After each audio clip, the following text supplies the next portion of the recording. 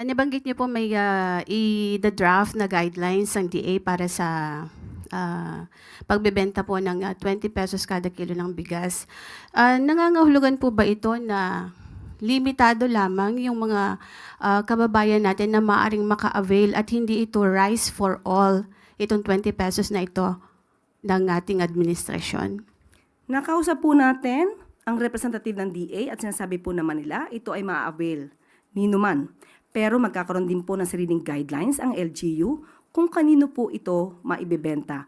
Mas malamang po sa aking hinuha, sa aking pagtatansya, mas mabibigyan nila ng priority yung mga sinasabing nasa laylayan ng lipunan. Pero hindi naman po ito ipinagbabawal na bilhin. Ang sabi po sa atin, pag nasa kadiwa po, lahat naman po ay maaaring maka-avail.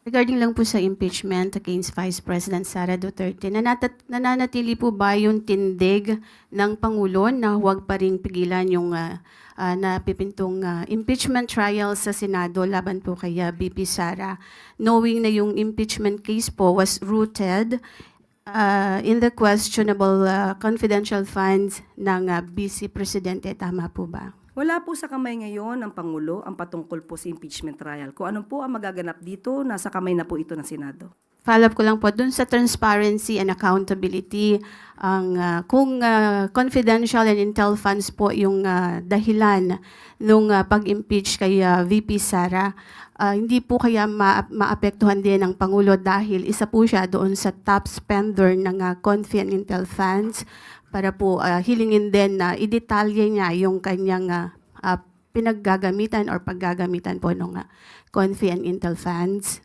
Hindi po nakatanggap ang Office of the President ng AOM or Notice of Disallowance. Kung sino man ang nakatanggap nito at kung sino man ang kinakailangan magpaliwanag dito, mauna muna po siya magpaliwanag dahil meron pong trial na darating po.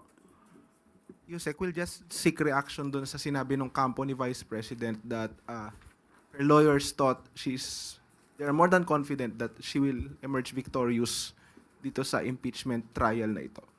Kung yun po yung estratehiya nila, hayaan po natin.